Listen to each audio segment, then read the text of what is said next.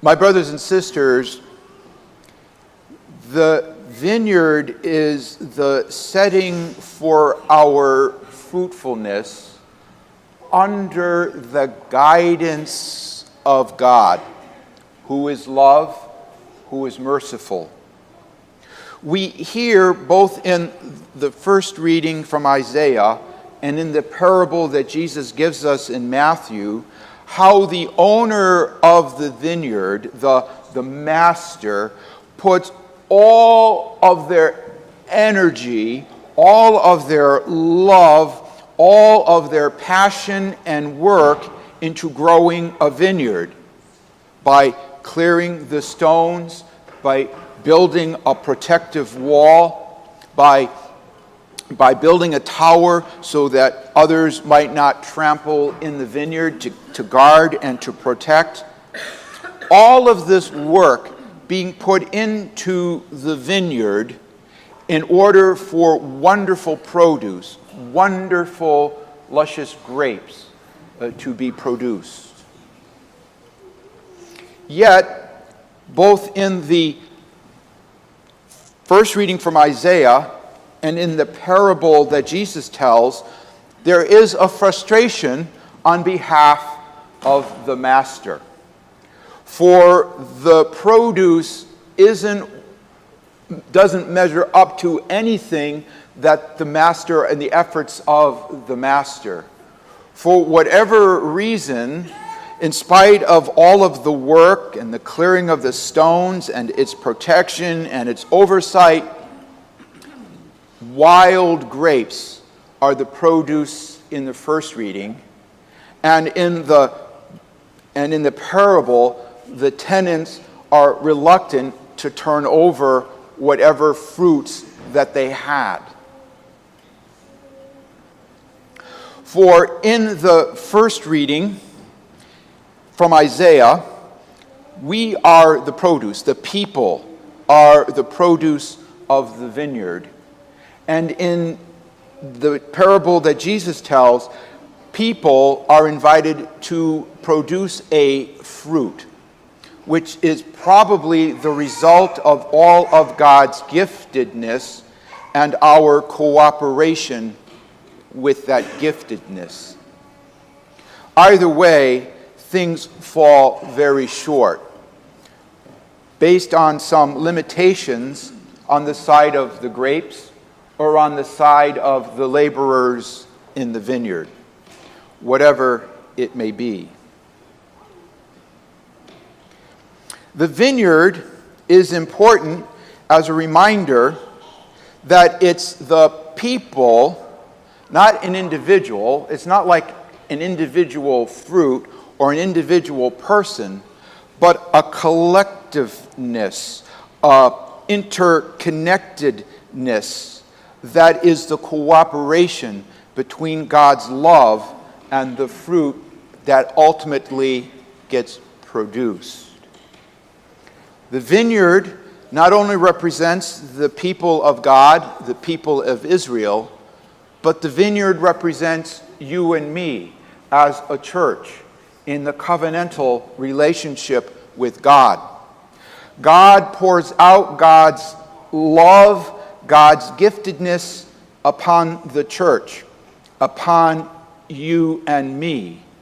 We often celebrate it as grace, particularly the grace that comes from the sacrament of the Eucharist, but the grace from all of the sacraments and the grace that we just experience in our daily lives. This giftedness, when we cooperate with it, becomes the fruitfulness for the world. The fruitfulness which then can be transformative, like grapes become transformed into wine, like wheat transformed into bread. It is in the shortcomings of our cooperation where fruitfulness may not be as abundant as God's love and grace. I wonder why that may be. And my wondering brings me back to the times when I went to school and the different kinds of students I experienced there. Perhaps you were one such of these, or perhaps you knew someone like this as well. There were these students who would, always dress up really nice. They would be perfect. They always did their homework. They always, they had this way of talking with everybody, making nice with the teacher, and they get then to do special things for the teacher, like take messages to the office. They seem to get to do everything. They seem to become like the teacher's pet, whether they were or not. Were you like that? Or were you, did you know somebody like that? How did you feel about that person? Were they someone that you would want to be their friend? Or would there be someone that you would want to avoid? Or would they be someone that you just wish they made a mistake? Or perhaps there would be a person that just, in spite of themselves, could just never get their act together. Their bags were overflowing with books and papers. They always were 30 seconds late after the bell. They sometimes forgot their homework. They just seemed to be helpless and very klutzy. I had a friend who had a plastic pencil box, and would have all his pencils in it, and he would kind of carry it balance it always on his books, kind of like this, and every single day that box would slip off and fall on the floor, and all of the pencils would go, it's splatter, like little sticks all over the place, and that he would always have to then pick them up. Now, because he was my friend, I was always so embarrassed for him. But what did other people might think of him? How did one might relate to him?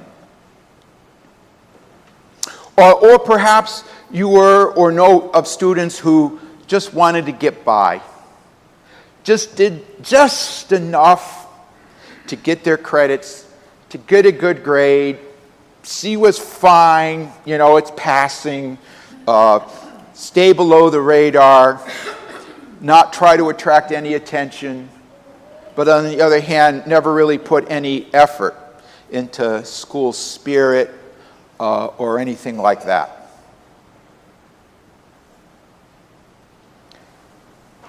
Would any one of those types, or a bunch of other types that I could describe, would any one of those types really be very productive in any kind of fruit for a school?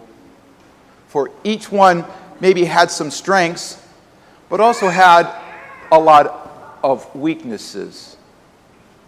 But perhaps together, and I think this is the genius of teachers, is that they're able to draw on the strengths of all the different kinds of students, their personalities, their learning abilities, and try to make them cohesive and compensate for one another.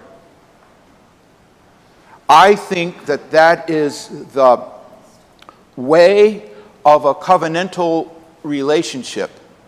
And in the way of that covenantal relationship, with all of our strengths balancing out all of our weaknesses, that produces a fruitful vineyard, that produces a fruitful church, a church that is able to give witness to God's presence in the world, where there is war, where there is poverty, where there is all kinds of infighting in all kinds of organizations. This is the fruitfulness that comes from the grapes that respond to the love of its master, of the love of the one who tends for the grapes. Where are you in our vineyard, the church, our vineyard, the parish of Prince of Peace? How engaged are you in the vineyard? How important is that covenant that we have with God and with one another? What kind of fruits do you envision that can come from our vineyard, our parish, our people of Prince of Peace?